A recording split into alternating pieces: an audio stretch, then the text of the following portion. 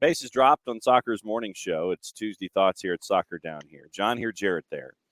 And I don't know off the top of my head how many of you stayed up late.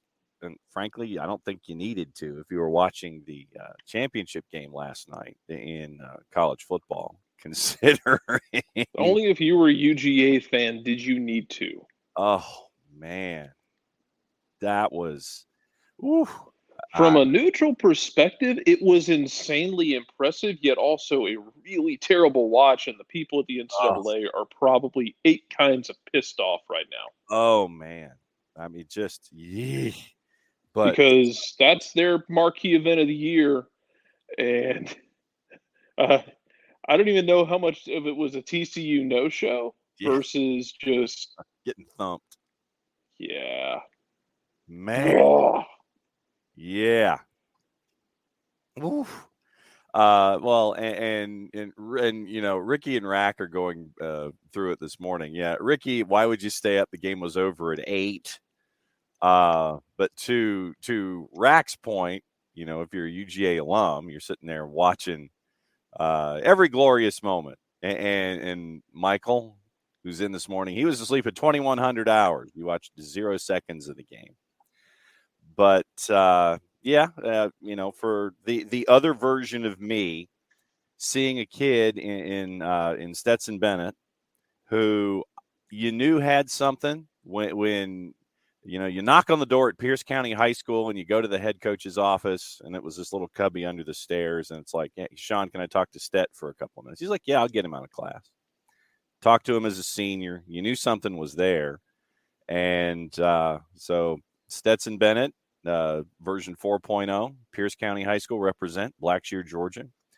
Back-to-back championships for the University of Georgia. But what I wanted to do this morning, for those of you who had zero interest in the game in and of itself, this is going to qualify for the opening kickoff, brought to us by our friends at Kickoff Coffee, kickoffcoffeeco.com. And there we go. Finally found the QR code. For those of you watching on Twitch, Kickoff Coffee CO, Facebook, Twitter, and Instagram, kickoffcoffeeco.com. My question is this for the morning. All right, so despite the death stare that apparently Nick Saban gave David Pollock when man, if Alabama wins a title next year, tie it back to David Pollock directly. So David Pollock says that Georgia is the team to beat. He said it with the absolute grapefruits of having Nick Saban sitting right next to him as he's saying it, that Georgia has passed Alabama. My question this morning for the opening kickoff. All right, so if we posit that your favorite coach, whomever he is the best coach in college football, who is the best coach in soccer right now and why? I just, you know, I know this is more of kind of a fan question and things like that, but who is the best coach in the sport of soccer right now, and why do you think that? So that's the QOD this morning for the opening kickoff. And so I know that you're going to get, you know, a lot of folks that may sit there, and that's why I was looking for the wide-ranging thoughts. Who, in your mind, Jared, is the best soccer coach out there today, and why? Yeah, like Pep feels like the obvious answer. Yeah, I mean, because here's the thing. We use the argument about like, yeah, and I see it all the time about like, well, Pep has all the money and, you know, is able to bring in anybody he wants. So does Saban. So does Kirby. We don't let that detract from the fact that they're great at their job. Mm-hmm. Like, yeah, no. you gave an architect a Death Star. Okay, they're winning with it. Yeah. Now Pep is still trying to get over the hill in, you know, chasing his last big trophy. But man, I mean, like, and he might outthink himself sometimes. Yes. But kind of like what Nick Saban does occasionally. Yeah, but I think it's Pep, Mm-hmm. and that's okay. Oh, absolutely.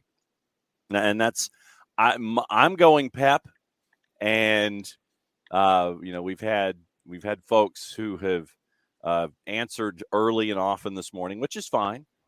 And so Michael Head says Pep. Niall is right there with him. Pep, best soccer coach, knows how to get the best out of his players and is a brilliant tactician. Rack, Pep, Jose second. You mean Jose Mourinho second, Rack? So, I mean, Pep number one, Jose Mourinho, I would have said maybe Jose Mourinho of 10 years ago might be a part of the discussion. I think that Jose Mourinho right now, he's just kind of cruising. At one point, I'm sure that Jose Mourinho could definitely be a part of the conversation. Michael Head, continued excellence with Pep. Yeah, Ricky, Carlo Ancelotti has entered the chat. I like that one. Contributor Niall says you need to know how to spend the money too, and Pep knows how to do that. So yeah, you could have all of the you could have all the money in the world, but if you don't know how to spend it, then that's a bit of a problem. And Michael's just still amazed that CFC won that final. And so that's where we are this morning. We have votes, people. So that's your QOD. And so if Kirby and or Nick and or your favorite college football coach, since we are at the end of the college football season, is the best in the biz, who is the best in the biz when it comes to soccer right now and why? So it looks like it's Pep. Carlo Ancelotti's a part of the discussion. And so, yeah, that's your QOD. So if you don't have an answer, think about it. Well, no, and to your point, Niall, Thomas Tuchel should not have been fired. But now you have fans at Chelsea singing that they wanted Thomas Tuchel back after Chelsea got whacked by Manchester City in the FA Cup this past weekend. But that ain't going to happen. But we'll see. And Thomas Tuchel could probably be a part of the discussion too. So that's your QOD. So that's your thinking cap question this morning. I mean, how far down the line do we want to go before we start getting into into Klopp? Yeah, I mean, for a long time we had this conversation that Klopp was outstanding. Mm-hmm. Did it stop? Like, I'm curious how people feel about it, because it's always the impression Klopp's damn good at his job. Yes, and so now that it seems that he's fighting the uphill battle, where is Jurgen Klopp as a part of the discussion? I'm sure that a couple of years ago, Jurgen Klopp would have probably been at the top of the discussion. But with what we're seeing over the last handful of years, that's a different discussion that we're having now. Niall, Klopp is top 10, but I don't think it's to number 2. Michael Head, Tuchel somehow, someway lost his mind on the sideline. It was becoming an issue. The Chelsea Spurs match was one of my favorites, with Tuchel and Conte going at each other. It's like trying to go for the buzz the tower when you're shaking the hand when the match is over, and then Tuchel was like, no, you're not going to buzz the tower. You're going to look me in the eye and shake my hand, and then all hell broke loose. So that might have been one of those moments where folks just kind of lose the plot a little bit. But no, that was right out there. And so that's what you're hunting for. So that's your QOD this morning. Once again, brought to us by our friends at Kickoff Coffee and kickoffcoffeeco.com. And there's your QR code once again for those watching live on Twitch. And don't forget, use the code SoccerDownHere15. You get 15% off. And if you use code SoccerDownHere15, they only give you 10% off. They're shorting you 5%. SoccerDownHere15 gets you 15% off of your purchases with Kickoff Coffee. They in turn take 10%, reinvested into the youth game. Very, very cool stuff from our friends at kickoffcoffeeco.com. We got, there's some little bits of news from all over the place. There's player transfers and things like that. We can get into that later here this morning. But the biggest thing that came across our collective bow yesterday were the corrective actions from the NWSL. Okay. And I know that we have on purpose spent a lot of time with the NWSL and the various reports that have come out, as we should. And I said there's a lot of ugly to get into. Yeah, there is. And so to be able to have the space where we can devote the time to it, to give it its proper due and its proper journalism, we've always thought it was important. So yesterday, corrective actions came out from the NWSL on the collective, and the way that it was broken down, you have individual sanctions and you have fines, and there's a lot of ish to deal with here. So we're gonna kind of work our way through it and break down what it is.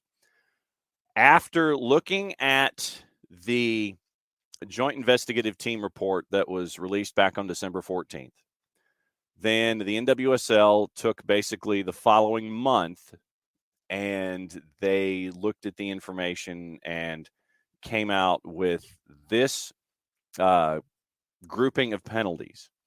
And Commissioner Jessica Berman stated it that penalties are assigned according to a tiered system based on a combination of factors: degree of severity of the misconduct that occurred, whether individuals in positions of power knew or should have known of the misconduct, the degree or repetition of the misconduct, evidence of retaliatory conduct, the proximate nature of the behavior or action to the present, and actions that fail to communicate the misconduct to others, The level of the penalty is reduced in cases where there are mitigating factors such as the responsibility of others for contributing to the misconduct and voluntary disclosure, corrective action such as acceptance of responsibility, good faith efforts to mitigate poor decisions, such as removing people in positions of authority who failed to act.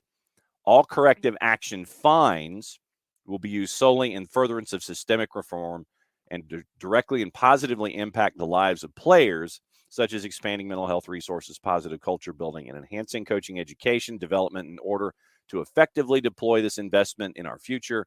The league will work in conjunction with the NWSLPA and the advice and support of outside subject matters experts. Yeah, I mean, it was, David, we did do a bit of Georgia football down here, but that was the QOD. So put your thinking cap on. If Kirby and or Nick is your top college football coach, who's your top college soccer coach and why? And that's going to be throughout the show. But right now we're talking NWSL. So individual sanctions handed down by the NWSL yesterday. Permanent exclusion from the NWSL. 4 coaches: Paul Riley, Christy Holly, Rory Dames, Richie Burke. They're done. Permanent exclusion from the NWSL. Level 2, suspension and future employment in the NWSL is conditional. Craig Harrington, ineligible to work in the NWSL in any capacity for 2 years until at least January 9th of 2025. And to qualify for future employment, he must meet requirements set forth below. Elise LaHue, ineligible to work in the NWSL in any capacity for 2 years. Once again, same situation with Craig Harrington. Here are the requirements. Future employment within the league will be conditioned on the following factors being established to the satisfaction of the commissioner in her complete discretion: acknowledging wrongdoing and accepting personal responsibility for inappropriate conduct, participating in training, and demonstrating a sincere commitment to correcting behavior. Level 3, future employment in the NWSL is conditional, period. Fareed Ben-Stiti, James Clarkson, Vera Poe, Amanda Cromwell, Sam Green, and Aline Reese. The 3 involved in the Orlando situation was previously communicated, according to the league, back on October the 10th of last year. Future employment conditioned on the following factors being established to the satisfaction of the commissioner in her complete discretion. 1, acknowledging wrongdoing, accepting personal responsibility for inappropriate conduct, participating in training, and demonstrating a sincere commitment to correcting behavior. Remember, James Clarkson's legal team has said that James Clarkson is denying all the allegations. Vera Poe also is denying the allegations that were placed her way in level 3. Organization sanctions. Level 1, not less than $1 million in systemic changes. Governing bodies. The league office of the NWSL. So basically, the NWSL is fining itself. Since the fall of 2021, the league has incurred millions of dollars of cost so that an independent and joint investigation with the NWSLPA could conduct fact-finding and so that wide-ranging systemic reforms could be implemented. In addition, the league and its clubs have been investing significant incremental resources to create an appropriate and professional environment. Efforts will continue under new administration. They're going to oversee requisite policy, programmatic, and procedural changes required. More specifically, league announced the update on systemic reform commitments League will share an update on the initiatives ahead of the 2023 season. And remember, the draft is coming up this week. To be clear, none of the individuals previously employed by the NWSL or U.S. Soccer who are named in the investigative report are working in any capacity within the NWSL. U.S. Soccer, the NWSL has no authority over U.S. Soccer. Clubs, Red Stars, got fined $1.5 million. Further, we know that Arnim Whistler is selling the Red Stars, and the NWSL is going to work with him to ensure the club is transferred in an expeditious and appropriate manner. Portland Thorns got fined $1 million. Previously announced that Merritt Paulson as a pledge to support the establishment of a player safety office. Further, Paulson selling the Portland Thorns, and the NWSL is going to work with him to sell the club as well. Racing Louisville got fined $200,000. Further, Racing has to hire a sporting staff, coaches and GMs, distinct from the men's team, Lou City, which it shares ownership, and the Racing Louisville staff have to report directly into ownership. North Carolina Courage got fined $100,000. Further, once again, the Courage have to hire a sporting staff distinct from the men's team, North Carolina FC, with it shares ownership, and the Courage staff have to report directly into ownership. Reign and Gotham, previously Sky Blue, have been fined $50,000 each. Washington Spirit, following the results of the independent investigation and the inaction by Steve Baldwin, the then CEO and controlling owner of the NWSL, took steps to force Baldwin to sell. The club sale to Michelle Kang was finalized back in March. Due to the change in club ownership and staffing resulting from the investigation, the league is not going to impose any further corrective action on the club. Kansas City Current, while it's concerning, several players raised concerns about being mistreated or retaliation. Upon raising those concerns, no finding that the club retaliated against players. And I know that there have been a lot of folks who raised an eyebrow on that one. So then there was a finalized statement from Commissioner Berman. So, Jarrett, here's where we are.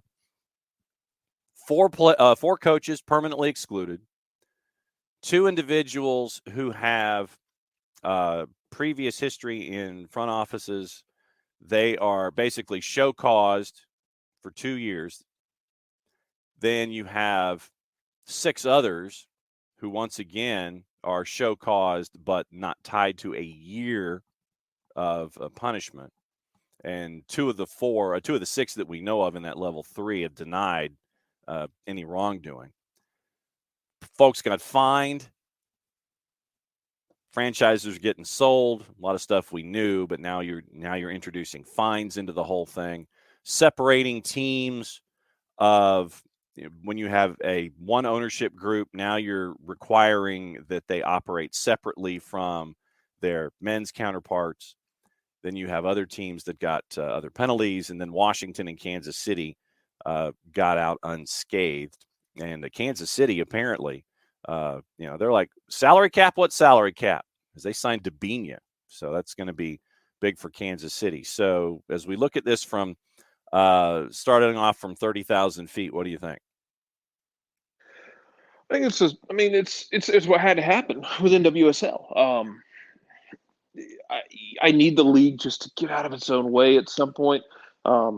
With the growth of the game in Europe, the way that NWSL has just completely blown its own foot off with lack of oversight, letting people in place who are just genuinely terrible human beings, and then letting them have power and not doing anything about it until now is malpractice. Mm-hmm. The league should be further along than it is, but the people in power either don't give a damn or are too stupid to look under their own noses, and just will sit there and look like the damn banana meme of we're all trying to find out who's responsible here. Yeah, it's great that y'all it's great that you're taking corrective action on these things. It'd be better if you just didn't let them happen in the first place. Looking at you, Merritt. Yeah. Talked a big damn game until things came crashing down on you. You got real damn quiet real fast. Mm-hmm. Not tweeting at writers and pundits left and right anymore, are you? No, he is not. And now with all of the discussion and Burned and Bart, KC has become the new North Carolina Courage, because you look at that roster: Debinha, Lynn Williams, and Sam Mewis to Kansas City. You want to make a splash with a new stadium and trying to be the new market here? Bring in all of those players. And Rack says, I get that women's sports isn't everyone's bag, but it's ridiculous with the success of the women's national team. The NWSL hasn't been able to take better advantage and grow the sport. They may have missed the best window of USA dominance. And Bart, in a part of the conversation, goes incompetent/scared leadership. That's a part of all of this. I mean, and when you have, and this is a universal thought, basically. When you have folks in power who got into that position of power in one way, and it's the way that they know, and they're not going to give up that position of power, and it's all of these antiquated, old school ways, and they're disgusting. Asserting dominance over if you as a male over female players and personnel and what have you, that you have, and you're not going to grow the league. You're not going to grow any entity to the extent I think that it should be, because of this insular nature of, all right, we're going to do things this way, and old school ways really leave growth behind. And it's disgusting what we've had to talk about over the last handful of months about this. You'd love for the league to have progressed to a point, but when you have all of these folks in power that don't want to grow, and they know of this one way of doing things, Jarrett.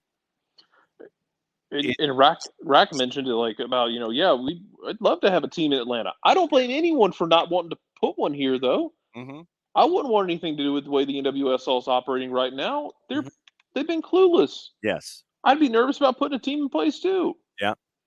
I don't blame anybody one bit for, you would have had conversations, surely, saying, hey, let's, we're interested in possibly bringing NWSL back to Atlanta.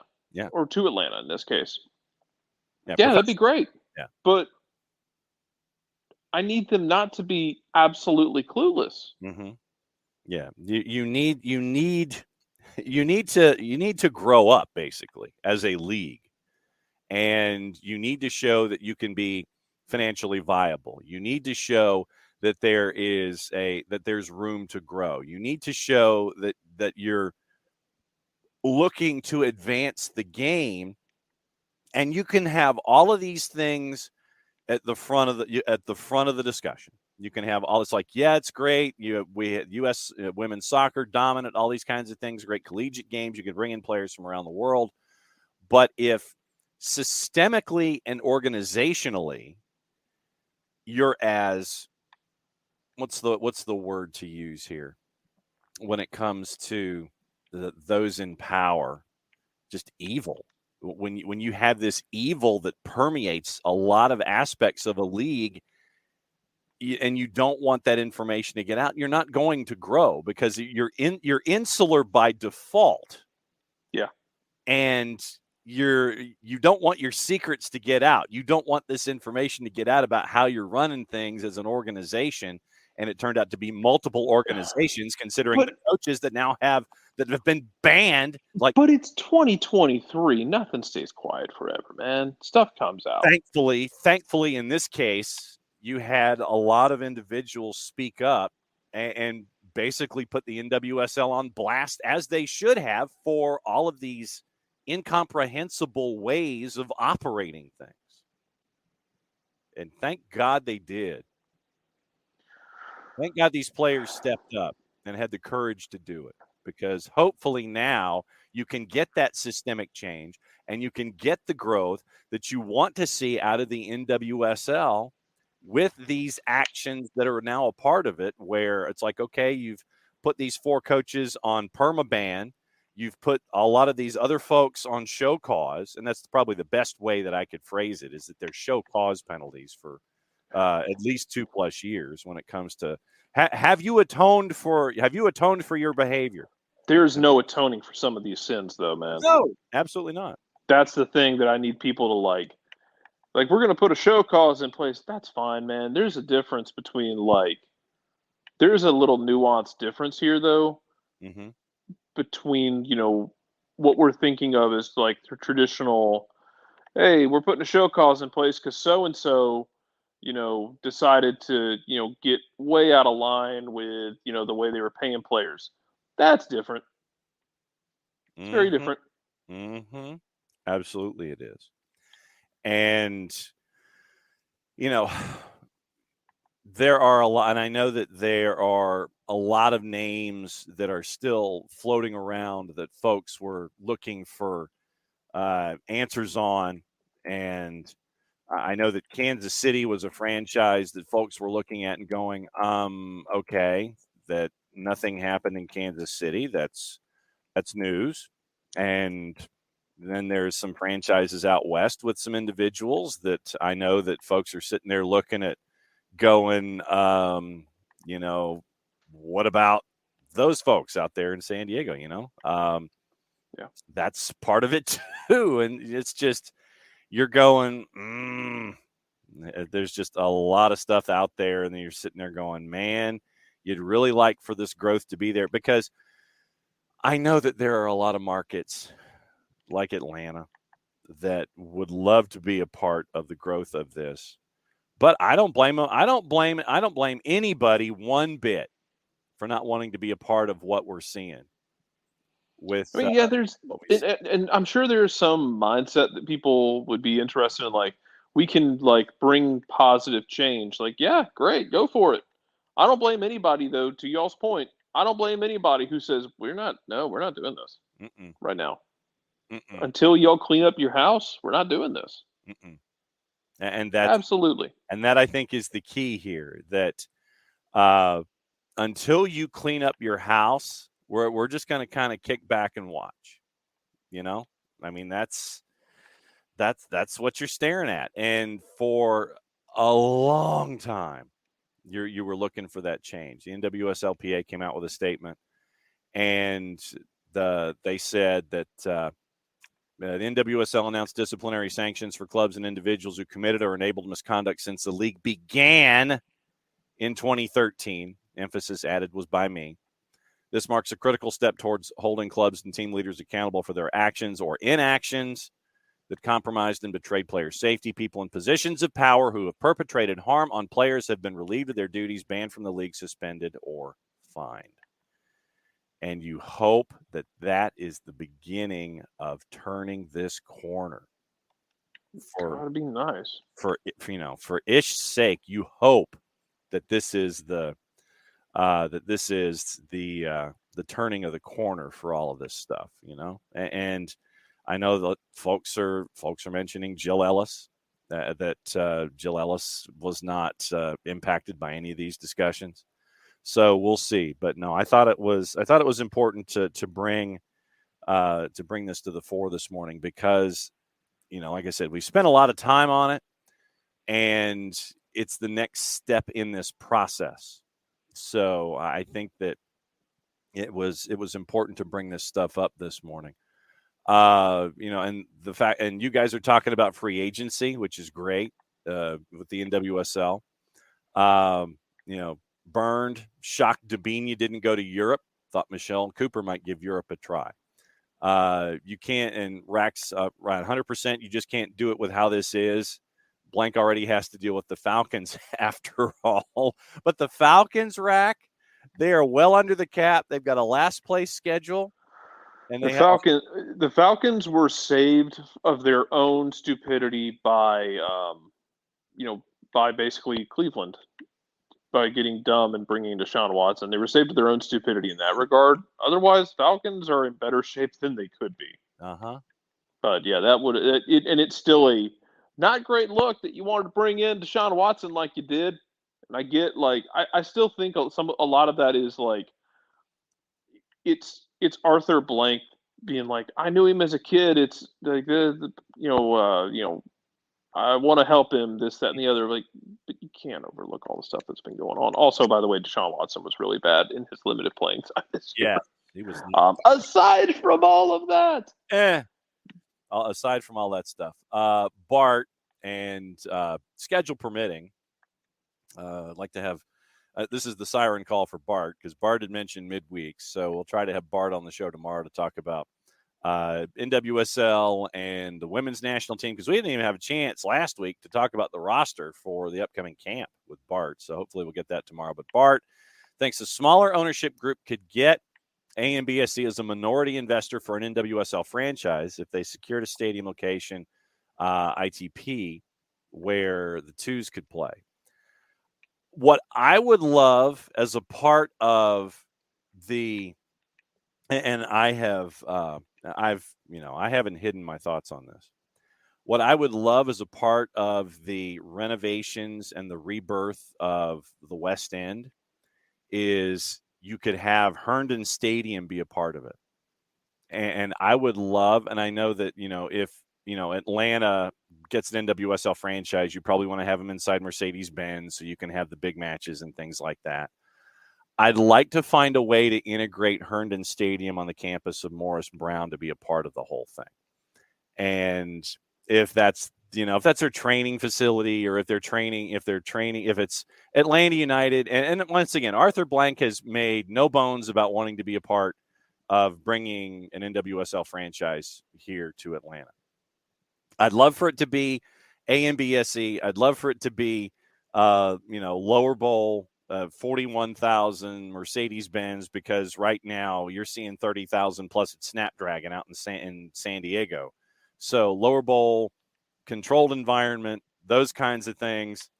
So, I'd love for Herndon to be a part of the discussion somewhere, but even if it's just practice facility or something, I'd love for that to be a part of the rebirth of the West End too. But legitimately, I'd like for it to be maybe even double header day. Could you imagine, Jarrett, like a double header or a triple header day at Mercedes-Benz where you had NWSL, MLS Next Pro, and Atlanta United in some form or fashion?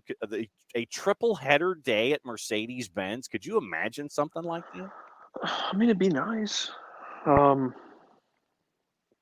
Yeah, it'd be nice one day. Tell NWSL to get their tail together. Yeah, exactly. And that's the key. That's whatever, the key. man. I'm done with their nonsense for now. Great job for punishing the people that should have been punished. Mm-hmm. Took you too damn long. Stop them in the act in the first place instead of being in this situation where you're probably going to drop punishments that, so that you can feel good about what you did, so you can look good about what you did, despite the fact that you just didn't do your jobs. Mm-hmm. You didn't care enough. Yes. You didn't give a damn about the people. No. And that is the most important thing of it all. You didn't care. You cared more about keeping secrets and folks employed in their positions of power and influence instead of addressing the issue. And then you address the issue. And God, I hope that this is a turning point. I want this to be the turning point. I want the league to continue to succeed. Hopefully you got your ish together. That's what I'm looking at here.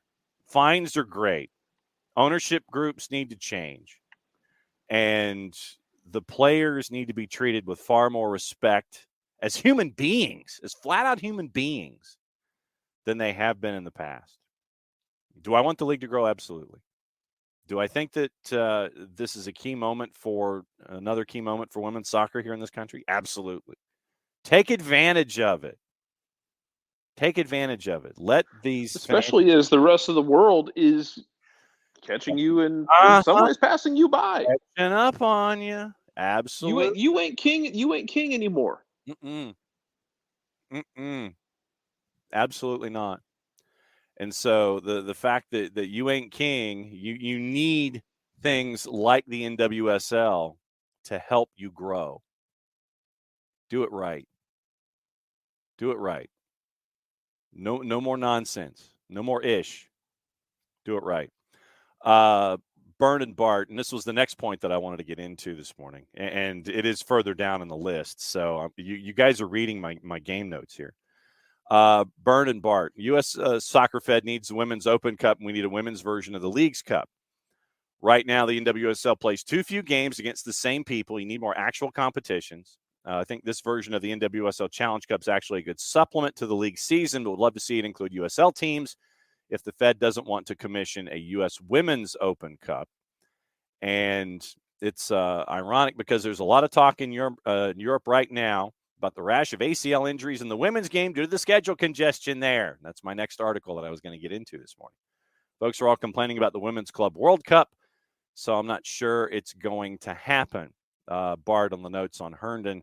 15,000 seats, modern football stadium on that location could be 12 to 15. Use all the MBS parking, create the walkways and things like that. That's what I'd love to see. But the next thing that I wanted to get into, Derek Ray led to an article written by Shaled Nahar at Sports Show.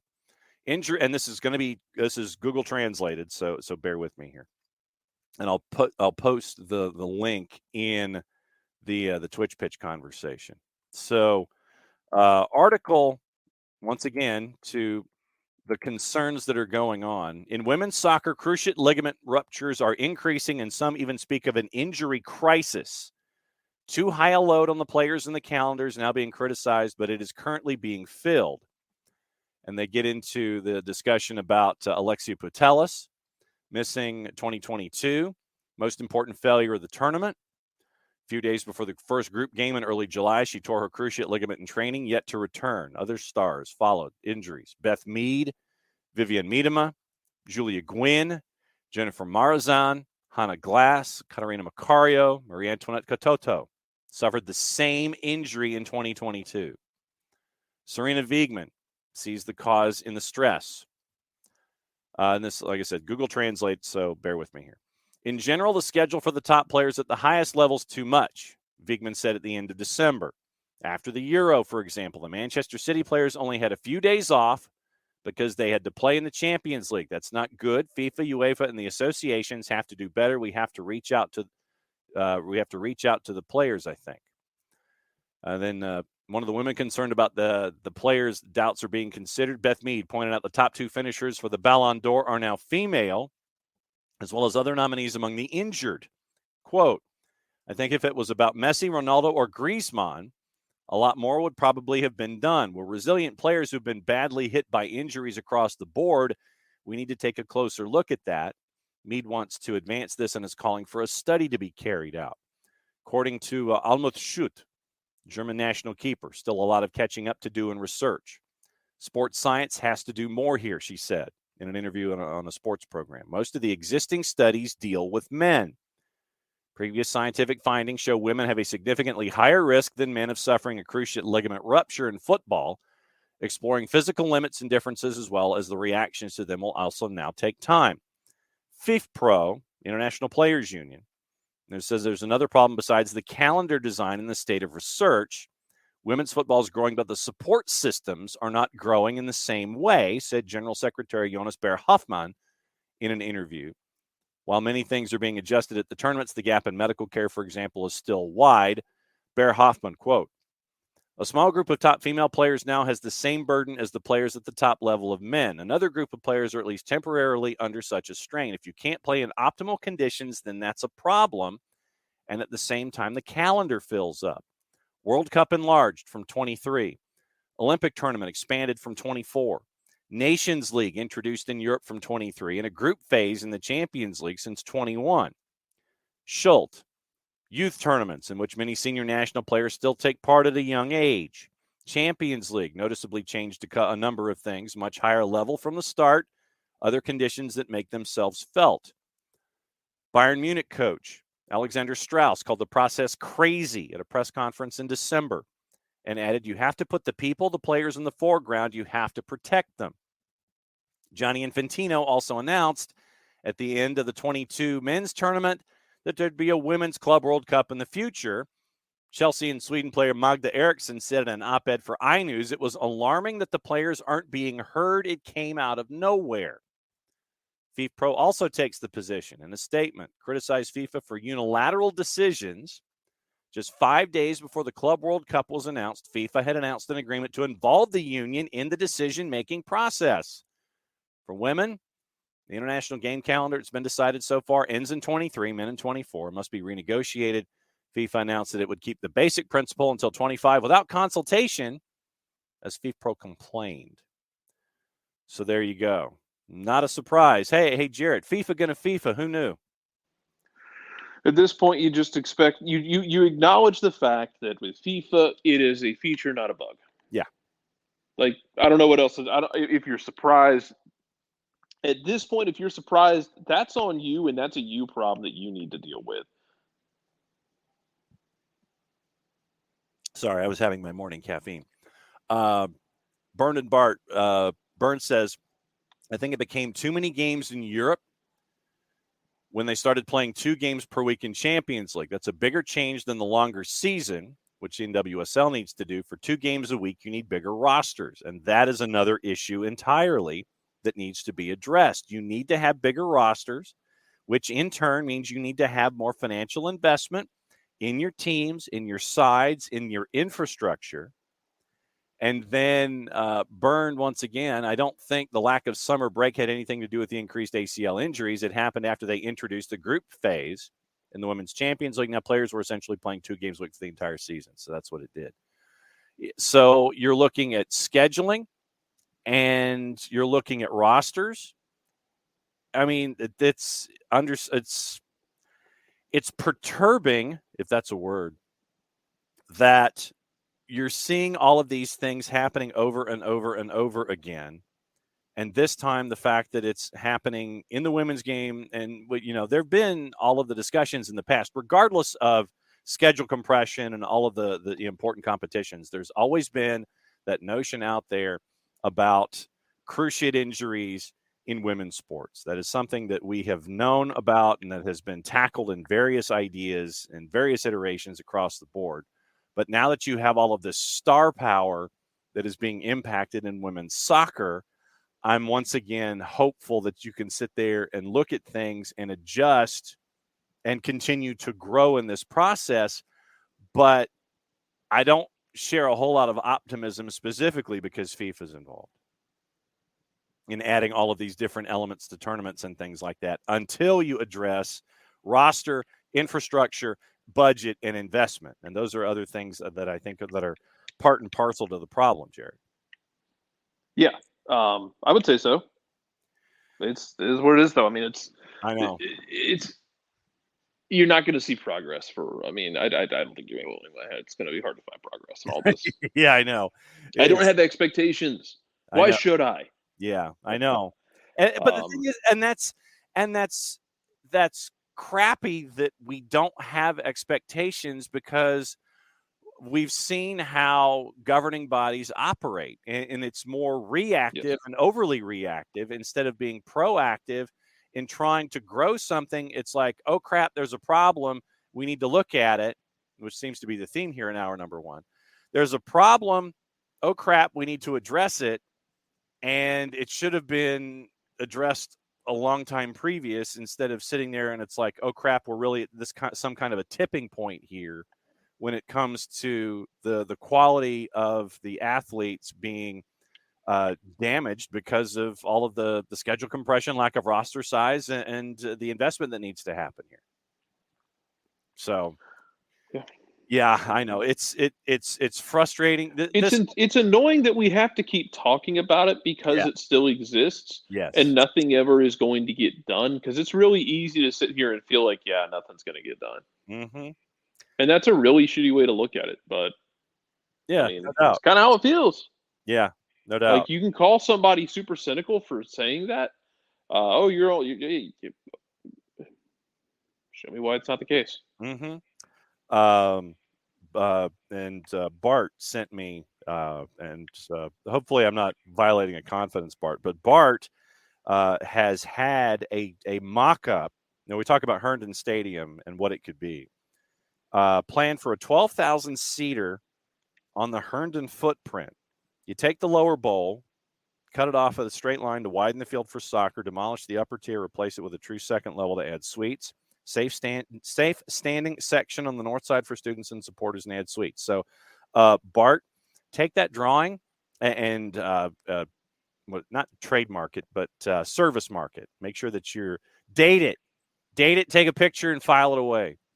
But I think that definitely as a part of the growth here in Atlanta, I think that Herndon Stadium could be a nice element to the footprint of it all. But I mean, come on, people! It just seems like in hour number one, it's just we're talking about the frustrations of women's soccer and how it could be a whole hell of a lot better Yeah. if you had a posterior cranial inversion. Then you could, if you got your PCI figured out, and you could just get things done. You and me both, Bart. That reminds me. I need to go buy tickets for Mega Millions today. That's what definitely. Glad that's your takeaway.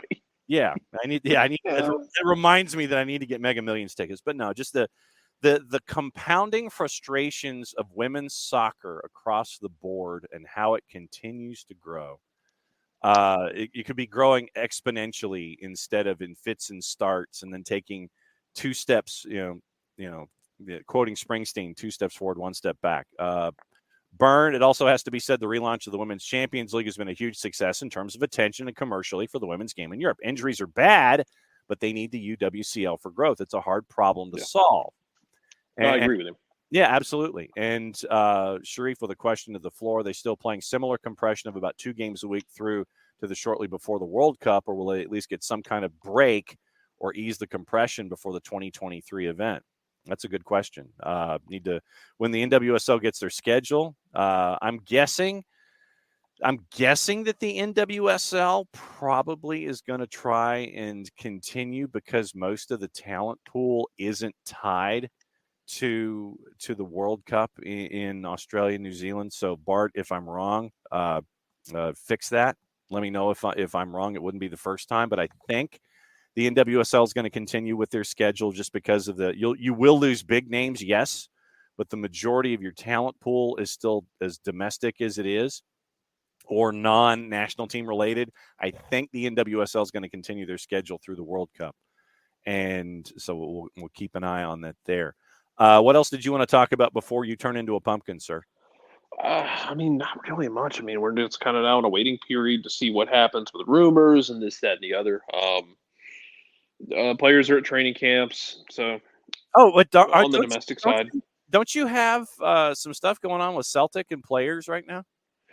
Yeah, theoretically, 2 players allegedly linked to MLS. I don't know how much I believe it. Stephen Welsh is a homegrown center back, but he's down the pecking order. You're talking like north of $1.5 to $2 million to potentially bring him into MLS, and that's not happening in my opinion. You're not doing that.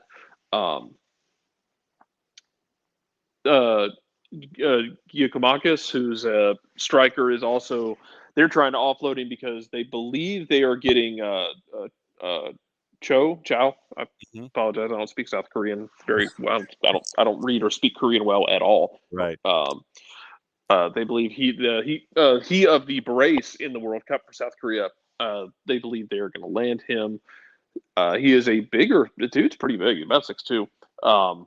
Giacomakis has been that bull in the China shop for Celtic for the last year plus. He has allegedly been linked to MLS. We'll see. Again, you're talking, I would guess, $8 million for him if I had to put in a ballpark. Okay. Again, the way MLS is structured, it makes these sorts of deals tricky because you're talking about potentially designated player spots for some of these guys. Now, $1 to $2 million for a defender you could spread out, but that's $1 to $2 million for a defender who's not getting time. Yeah. And who hasn't been good enough to break in and beat out guys who've been brought in. And I'm personally I would hesitate to bring in somebody for that much money who hasn't been starting a lot, who I don't know what I'm getting from that. Giacomakis, different animal, big striker, pretty good hold up play. Pretty good on the ball actually as well. The running joke with him has been that if he takes more than one touch, he's in trouble. But when his one touch finishing is just hilariously good. Again, allegedly they've been trying to get him over to Japan. He's been linked to MLS. Take of it what you will. I don't know like how much of this I expect to see happen. So we'll see. Okay. Well, it'll be a Wall Pass Wednesday tomorrow. We'll have a lot of stuff to talk about. And, apparently Gareth Bale's retirement surprised John Thorrington.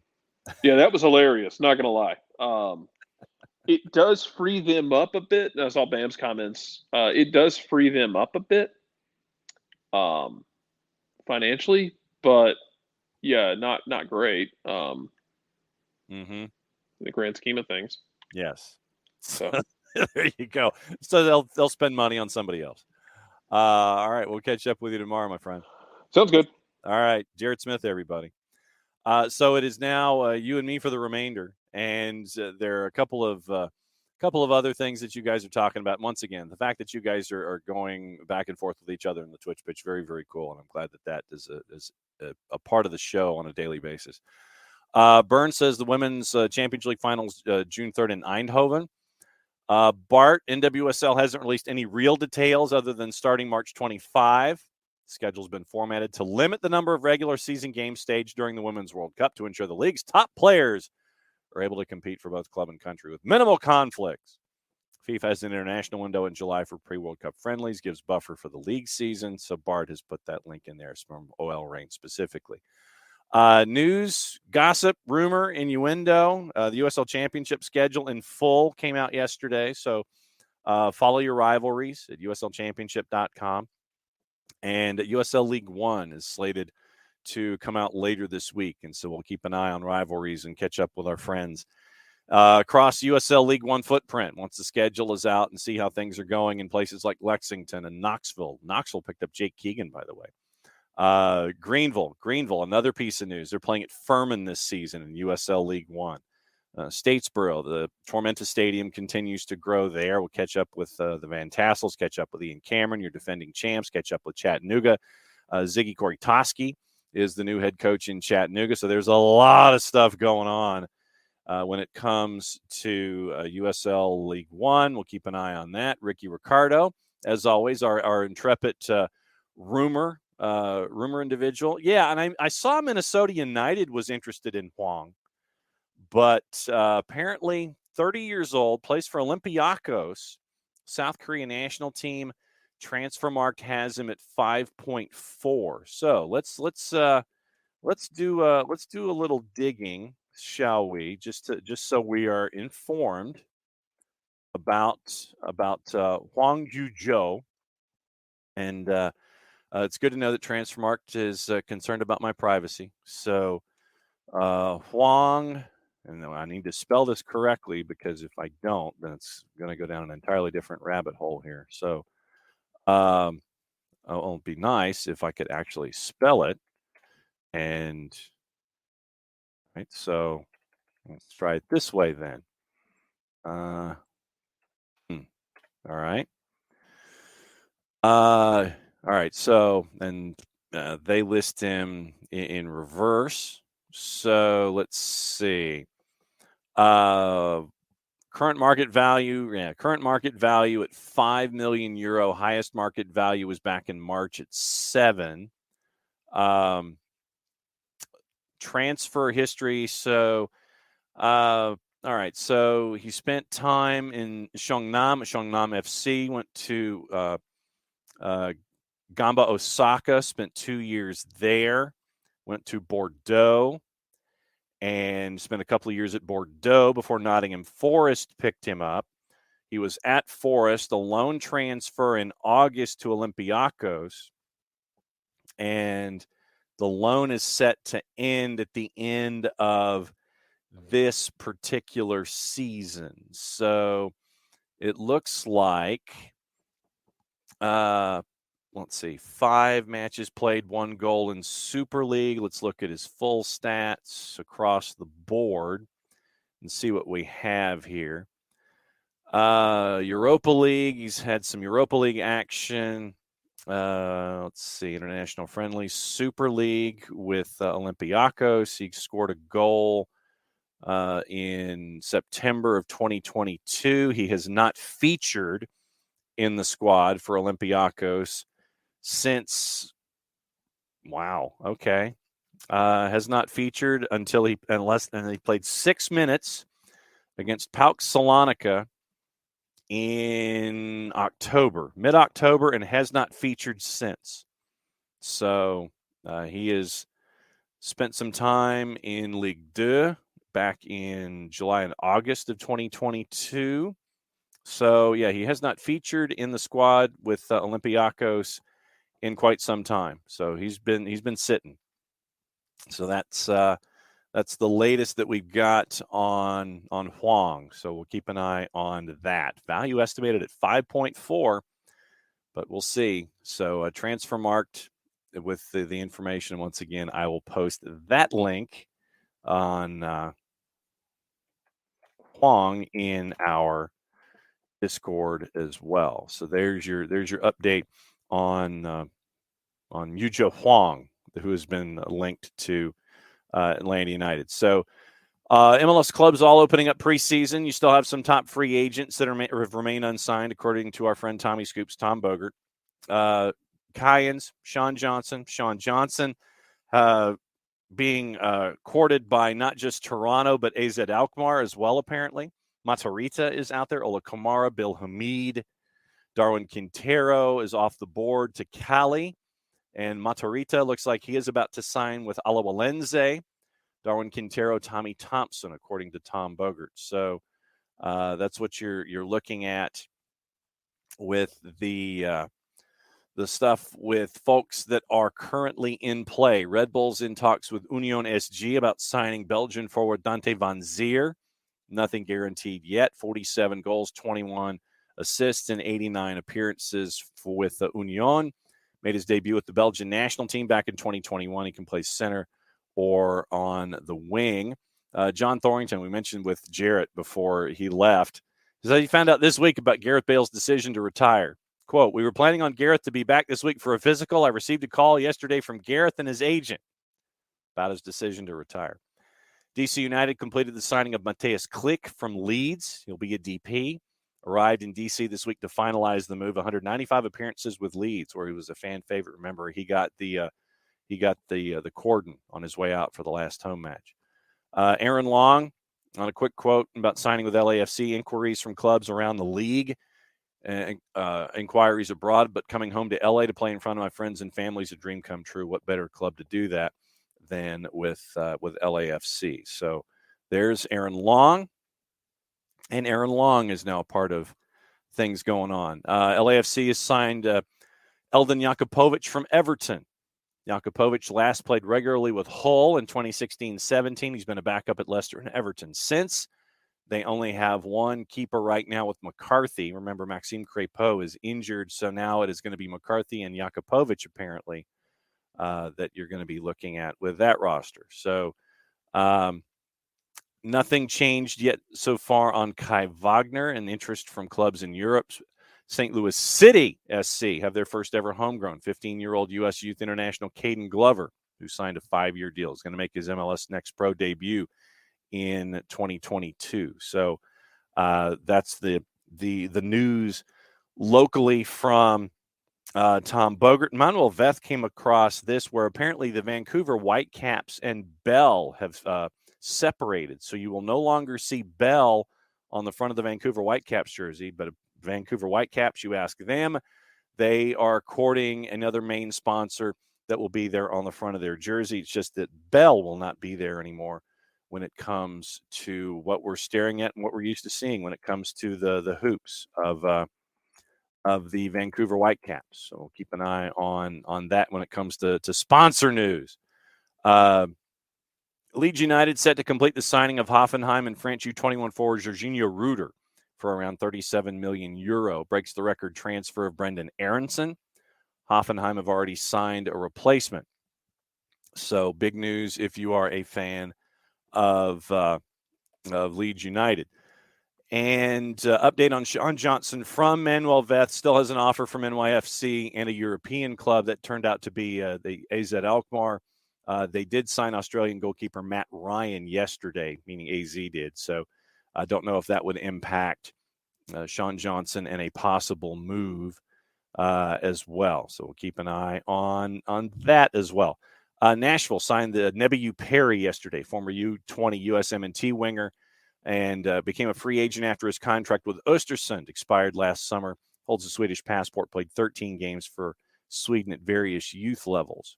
So we'll keep an eye on that. Daniel Crutzen training with Whitecaps as well. 26-year-old's been a standout defender for Forge in the Canadian Premier League. Forge has been making their way into CONCACAF Champions League and early rounds and things like that. They're going to need one more center back training with the club. They'll have some competition to make the side, but we'll keep an eye on that. But yeah, the picture that came across, and you can go to Manuel Vet's Twitter account. Marco de Andrade in the number 1 has a picture of Vanni Sartini in his Vancouver Whitecaps puffy coat, and where traditionally you got over the heart, you have the Vancouver Whitecaps logo and then the sponsor.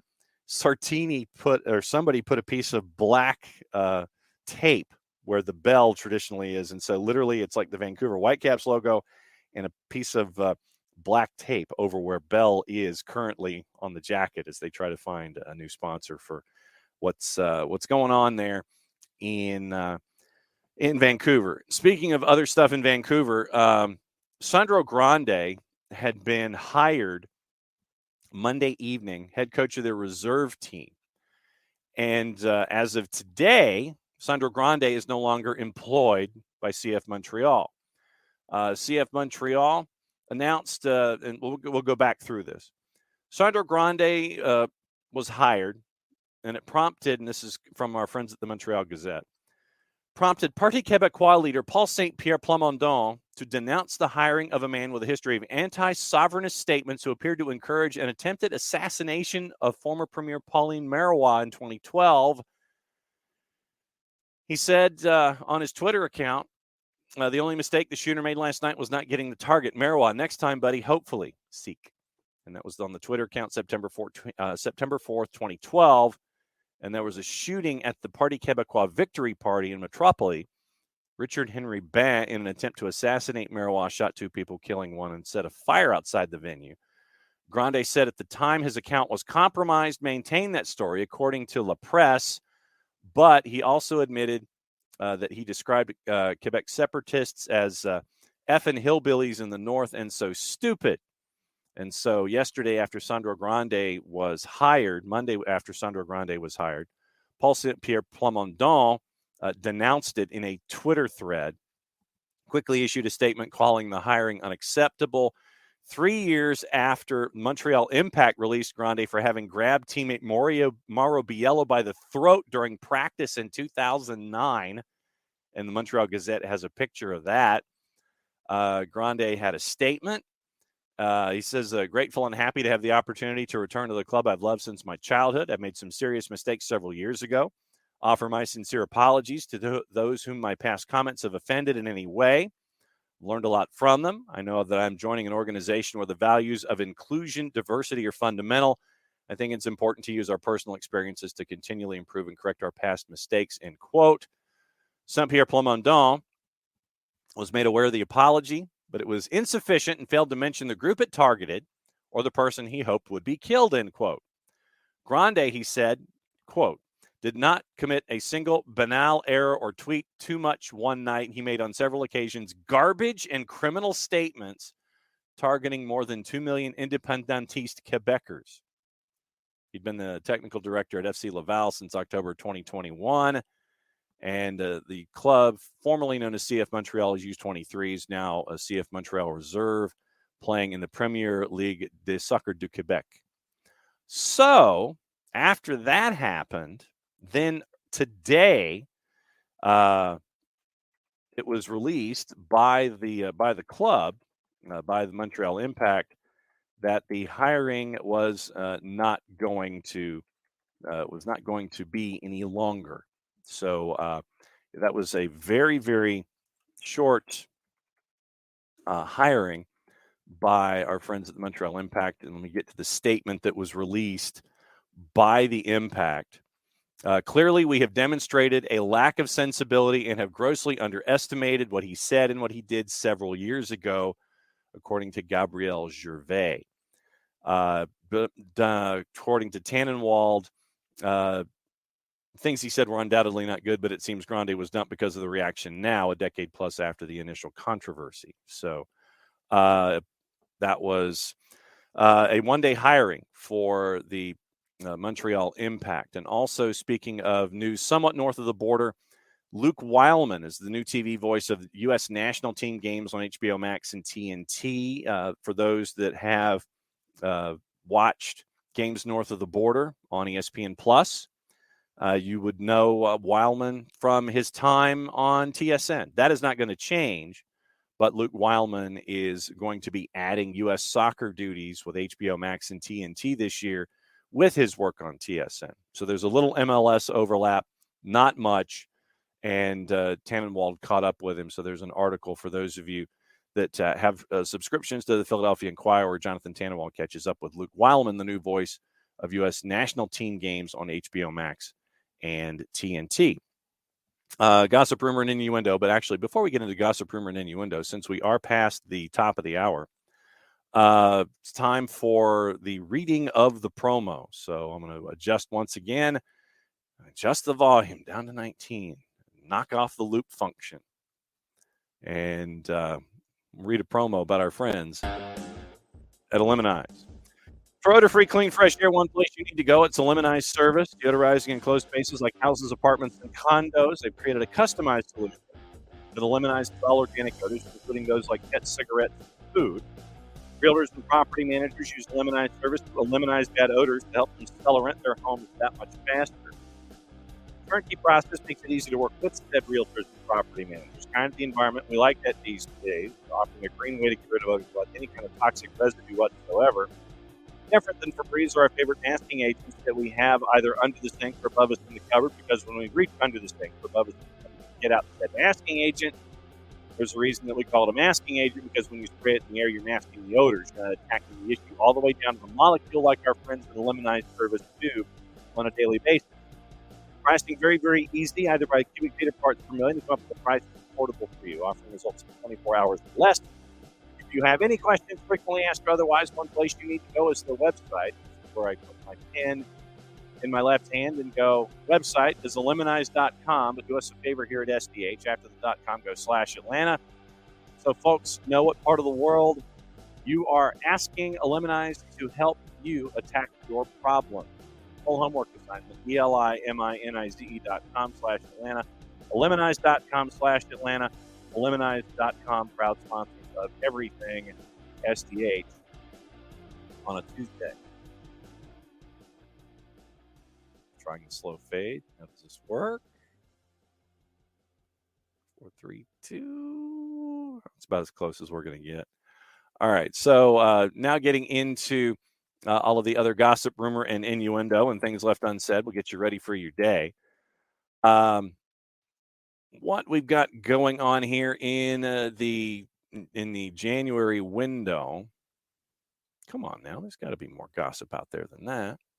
Here we go. All right. You got to hit the right buttons. Burnley's Wout Weghorst, who's on loan at Besiktas, offered to pay a compensation fee to the Turkish club out of his own pocket to force a move to Manchester United, could seal the switch by Tuesday.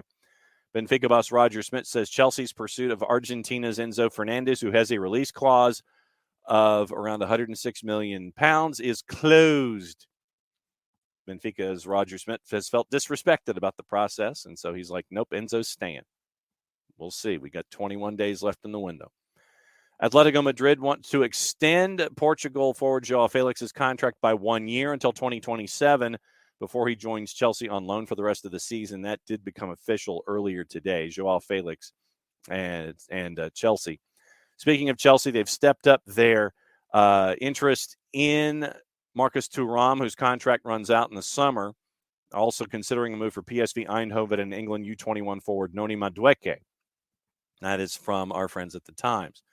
Brighton have rejected a verbal offer from Spurs for Leandro Trossard. They have no intention of selling the 28-year-old in January. West Ham renewed their interest in Sevilla striker Youssef N. Nesri and hope to sign the Moroccan international on loan for the rest of the year. Four-letter paper, though, says N. Nesri has indicated he's not ready to leave Spain.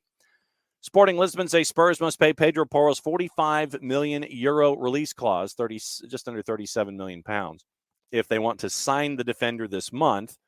Andrea Pirlo is interested in succeeding Roberto Martinez as Belgian manager. That's from our friends at HLN in Dutch. I don't know if that means headline news, but at HLN. Wilf Zaha wants to stay at Crystal Palace until his contract expires at the end of the season before making a decision on his future. That's from David Ornstein and our friends at The Athletic. And Wilfried Zaha made it clear to the pundits that were wondering if Wilf Zaha had passed his time about being a worthy transfer target. He made sure that they knew that they didn't know what they were talking about on Twitter. So Bournemouth willing to let Danish midfielder Emiliano Marcondes and Jamaica striker Jamal Lowe leave the club this month. Former Birmingham, Newcastle, Sunderland boss Steve Bruce is set to retire from management after taking charge of 11 clubs over 25 years. That's from the four-letter paper, so take that information at your own peril. Steve Bruce, I'm sure, will get a phone call, much like Sam Allardyce, much like Roy Hodgson, much like Neil Warnock, and all of those other managers. And we mentioned Leeds and Jorginho Ruder to go from Hoffenheim for about £35.33 million. Leeds is going to allow Joe Gelhardt to go out on loan in January, as the 20-year-old has been told he doesn't figure much in Jesse Marsch's plans for the rest of the year. Nottingham Forest are in talks to sign Brazilian midfielder Danilo for £18 million plus add-ons from Palmeiras. That's the four-letter paper. Once again, take that at your own peril. Al Nassr wants to sign Sergio Busquets, whose contract at Barcelona will run out in the summer. And Arsenal have appointed former England futsal player Hussein Issa, nicknamed Tekker's Guru, as a technical coach. The 34-year-old Spaniard, who's worked on TV adverts as a Lionel Messi body double, will start his role before the 23-24 season. That is your European theater news. Let's go to the local papers in England, and we'll keep you posted with what's going on there. What's going on in Transfer Center. Celtic, and this is what we were mentioning with Jarrett, Celtic holding talks with Jumbo Hyundai Motors TD Jishun Park after making a bid of around £3 million for striker Gwae-Sung Cho. Understood South Korean international is a player Rangers are also aware of, but no official approach has been made for the player. Mainz made a similar offer to Celtics. Ferencvaros also interested in the 24-year-old, but have not tabled a bid as of yet. Also on the move let's see as we go. Wigan signed Arsenal midfielder Miguel Aziz on loan for the remainder of the year. The 20-year-old worked under Laddick's assistant Kevin Betsy during his time with Arsenal U23s. PSG is their head coach, Christophe Galtier, says the club are in talks about extending Lionel Messi's contract. Tell me something I don't already know. They're looking to do a 1+1. Current deal expires at the end of the season. And Aston Villa have agreed to a fee with Real Betis, believed to be around £12.5 million for defender Alex Moreno. Left back due to fly to Birmingham on Wednesday to undergo a medical discussing personal terms. Moreno had not traveled with the rest of the Betis squad to Saudi Arabia for the Spanish Super Cup. Wigan also signed Stephen Cocker on a short-term deal. The 31-year-old has Spurs, QPR, Cardiff, Liverpool among his former clubs agreed to a contract with Wigan, who's at the bottom of the table in the championship, until the end of the year. Everton forward Tom Cannon has joined Preston North End on loan for the rest of the year. The 20-year-old striker, who's been with the Toffees since the age of 10, will spend the rest of the campaign with Ryan Lowe's side. Also on the board, Birmingham has signed Brighton midfielder Rita Kadra on loan for the remainder of the season. The 21-year-old will join Birmingham. Spent the first half of the campaign at Sheffield United, becomes John Eustace's second signing of the January window after getting Kevin Long from Burnley. Norwich have turned down an offer from an unnamed championship club for midfielder Todd Cantwell amid additional interest from north of the border at Rangers. It's thought that Norwich are prepared to listen to offers for Cantwell, and his contract expires at the end of the year. However, the bid from a championship rival was not big enough to tempt Norwich into selling. He's been around for quite some time. He was left out of David Wagner's first squad for the FA Cup defeat for Blackburn on Sunday. Celtic also now willing to listen to offers for defender Stephen Welsh in the window, attracting interest from clubs in Europe and in Major League Soccer. Newcastle have reportedly made a substantial verbal offer to Chelsea to target Youssoufa Moukoko. The Germany international went to the World Cup out of contract at Borussia Dortmund at the end of the year. Standard are reporting Newcastle discussed a deal worth £150,000 a week with the 18-year-old, which would see him join the Magpies at the end of the year. Chelsea and Barcelona also interested. Bournemouth, one of a number of Premier League clubs chasing Lorient winger Dango Ouattara. 5 goals in 16 Ligue 1 appearances this season after having made his debut back in August of 2021. There's the signing of Moreno. PSG's Qatari owners not looking to invest in Liverpool or Manchester United, according to the Times. Reports this week suggest QSI were considering either an investment or a full takeover of at the 2 Premier League clubs. However, according to the Times, QSI are only looking at buying a minority stake in a Premier League club, as they have no plans to sell PSG. As reported by Sky Sports News, PSG's owners met with Spurs chair Daniel Levy to hold talks over investing. Spurs are denying that the meeting took place. And so we'll keep an eye on that. But yeah, it looks like QSI and Spurs are having discussions going forward. Looking at the papers, once again, avoiding the 3 and the 4 letter papers as we do in England, as I try to do that as best I can.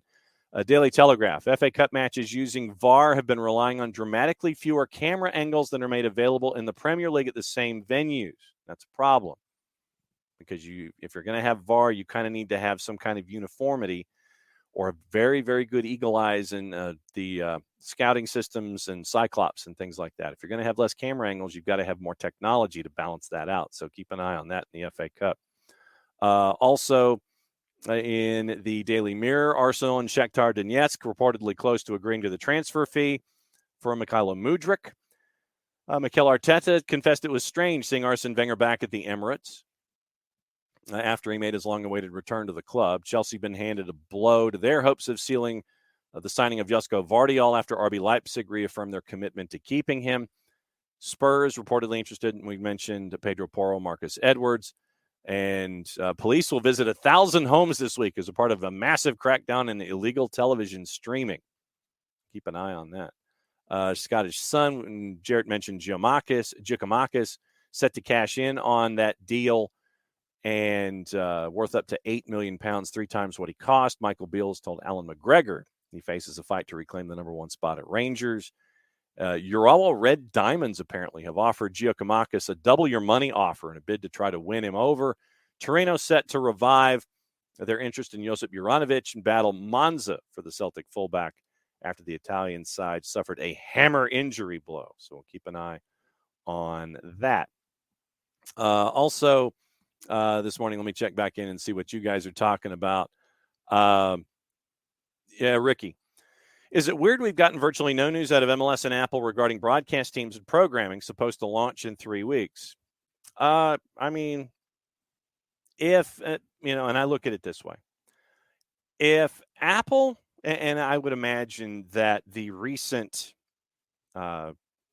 signing off of the Taylor Twellman at ESPN is probably one of those signs that you're probably coming close to figuring out what things are, that you need to get everybody in line because you want to make that one big announcement.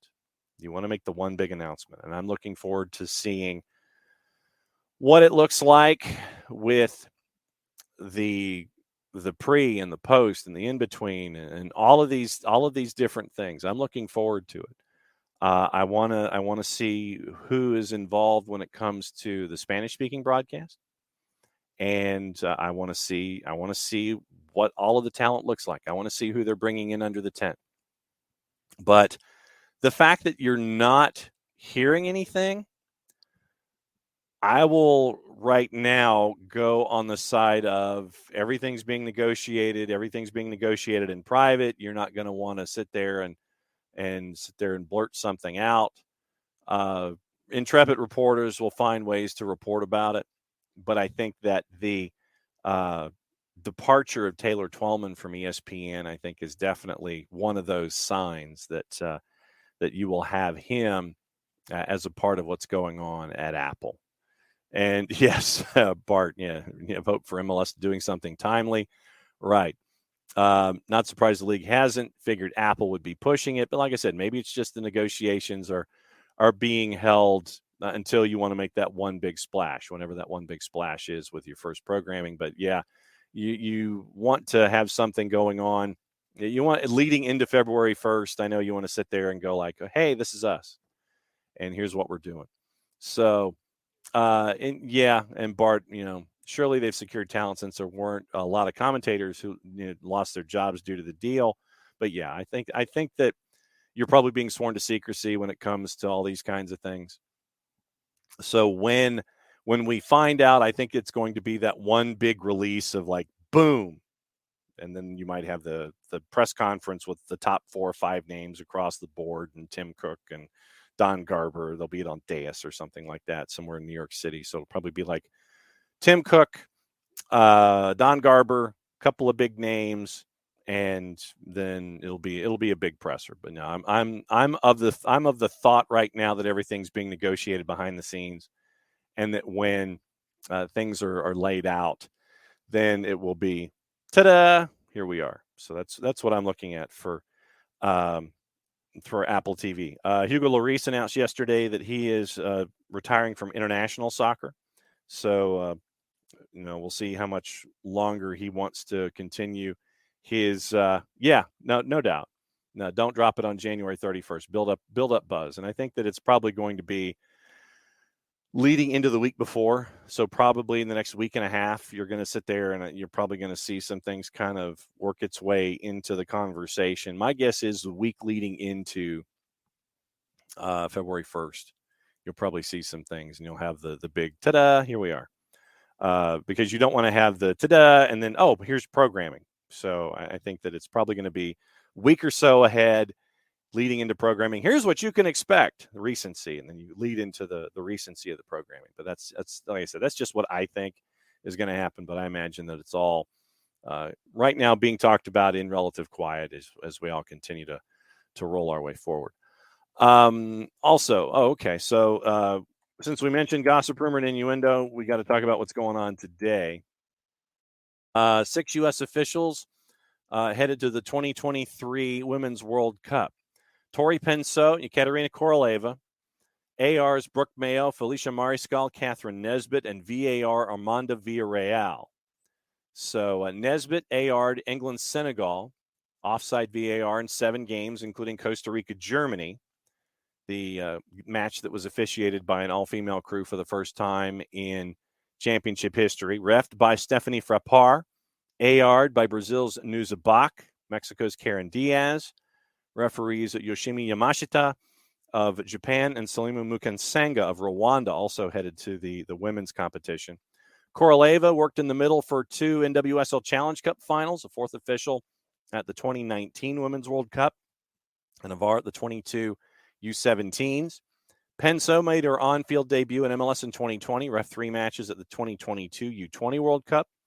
Mayo and Mariscal, as well as Nesbitt, worked the 2019 Women's World Cup in France. Villarreal worked a dozen games in the 2022 championship as VAR, AVAR, or support VAR. The U.S. refs, which work under Pro, also manage referees from Canada, which at the 2023 women's tournament will be represented by referees Marie-Soleil Baudin, Miriam Marcotte, and VAR Drew Fisher. And so also there's, the signing of Debinha. We got into that a little bit. Informed North Carolina Courage before Christmas, not returning. Heads over to Kansas City Current. Current reached the NWSL title game, lost to Portland. Their new 11,500-seat stadium, first being built by an NWSL team, scheduled to open at Berkeley Riverfront Park in time for the 24 season. 6 seasons with the Courage. The plan that the club has shown me left me really motivated, she said, because the entire training facility and the construction of a stadium for a women's team, all this made me want to be a part of it. Made me think about being here today, happy for the new journey that's just beginning. Addition to the plans for a new stadium, costed $118 million, opened their new $18 million training facility last season. And 57 goals, 129 games for Brazil, 2 Olympics, 1 World Cup. Debinha says, very important to see the evolution of women's soccer today in the league and also worldwide. So I think clubs have been doing well for women's soccer. Great evolution. I'm very happy. Of course, having our own facility, I think it makes the team's preparation a lot easier. Very important. Can't wait to get to know the facility and meet the group. So Debinha, we mentioned Debinha that Kansas City, that's going to be an interesting one. Light schedule today for TV purposes. Fox Deportes, 9 o'clock tonight, River Plate and Monterey in a friendly. On the Plus, you have a Carabao Cup going on. Gummy Bear Cup with Man United, Charlton Athletic at 3. Also at 3 o'clock on Paramount Plus, it is Inter and Parma. Looking at juice boxes before we go, and anything else on your collective minds. Once again, thanks for hanging out and letting everybody know what's on your mind this morning. That's always cool to have the interaction that we have every single day here at SDH. And right now, looking at everything, it looks like it's early morning stuff. It's Cup, once again, Eastern Europe, Middle East, North Africa. Some stuff going on, Premier League Cup, club friendlies going on. Middle East and North Africa continuing. Copa Sao Paulo de Juniores is going to be very, very active.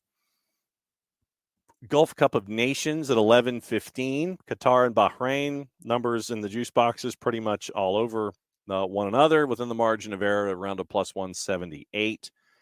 More friendlies in the noon hour. Premier League in South Africa. Copa de la Reina on the women's side at 12:45. More friendlies, EFL Trophy in the playoffs at 2 o'clock. The Imps of Lincoln City and Accrington Stanley. Lincoln is a favorite at a plus 131. Wrexham is hosting Bromley at 2:30 in the National League. Wrexham's a big favorite at a minus 400. They still have a couple of matches in hand to the top of the ladder. If they went out, then when the matches get square, they would be on top in the automatic promotion spot. EFL Trophy, 2:45. Couple of matches, Bolton, Portsmouth, Cheltenham, and Salford, Bristol Rovers, and Plymouth. Lower divisions going on as well. League Two, National League. All of these are 2:45 midweek kicks. Ligue 2 in France at 2:45. Challenge Cup in Scotland at 2:45. EFL Cup, Newcastle, Leicester, and Manchester United, Charlton. Both of them are at 3 o'clock. Newcastle, obviously the big favorite at a minus 204. Manchester United is a minus 625. Coppa Italia at 3. Inter is a minus 385, hosting Parma. Wales, Brazil, Portugal, all of the cup competitions working their way through. Liga de Expansión in MLS at 6:05, Liga MX at 6:05. Corcaminos and Venados. Found the league below that, Ascensión. Liga Premier is on LAS. So I was watching some of that yesterday. Liga de Expansión at 8:05. Pumas, Tabasco, and Tlaxcala. Pumas, Tabasco is a minus 115. River Plate and Monterey in that friendly at 9 o'clock. River Plate's a plus 106. Monterey's a plus 214. And then Liga de Expansión at 10:05. Zacatecas, Mineros, and Dorados. Zacatecas is a favorite at a minus 135. And let's see. I'm trying to see if there's anything else on the board before we go. Once again, we'll be back at it again tomorrow with Wall Pass Wednesday. As always, if there's anything on your mind, that's what Wall Pass Wednesdays are for. So keep an eye on all of that stuff. Racing Louisville extended their contract with Jalen Howell, updated the terms of her contract, adding another year, extending it through 2025. We'll keep an eye on that. First team staff announcements for St. Louis City, and that has officially gone down. Director of Coaching, John Hackworth, John Milracy, a name familiar to folks here in this footprint. Elvir Kafedzic is assistant coaches. Director of goalkeeping, Alex Langer is his goalkeeping coach. So that is official for the staff of Bradley Carnell for St. Louis City SC as they continue to work their way forward. Mentioned everything that's going on with Luke Weilman this morning. And another note out of Tormenta, Eric Cotton and his family have posted a GoFundMe created to assist Eric's family with medical expenses. And so that is on the Tormenta FC2 website. Eric was hit by a car while skateboarding the evening of January 8th and is in critical condition. So Cameron Davies has organized a fundraiser on GoFundMe for Eric Cotton and his expenses for Tormenta FC 2. So you can go on GoFundMe and keep an eye on that. And if it's something that you would feel compelled to donate for to help out Eric Cotton with his financials in this time of need, Cameron Davies has put a fundraiser together for Eric Cotton for Tormenta FC 2. So we'll keep an eye on that as well. And on that note, just once again, thanks to everybody who has been part and parcel to what is going on today with Tuesday Thoughts. We'll be back at it again tomorrow with what's going on Wall Pass Wednesdays and midweek, and we'll go through everything. Once again, Dylan Butler slated to join us at 10 o'clock, as he always does, and Bart Keeler. We'll see if Bart can hang out at either 9:30 or 10:30 and discuss what's going on with the women's national team and everything that we've been talking about this week, and so Bart can come by for his weekly visit and talk about stuff going on with Soccer for US POD and everything else going on around the planet. So once again, thanks to all of y'all for hanging out with us today. We'll be back at it again tomorrow. Stay safe, enjoy your games, and we'll be back at it once again, talking Twitch pitch and everything else going on. Training camps going on all around Major League Soccer as USL Championships getting underway. We know their schedules. USL League One should be coming out later this week as well. So since that's the end of the show, mucha plati, y'all. Played safe. That means I get to do this. Played safe. We'll be back at it again tomorrow. Thanks for hanging out.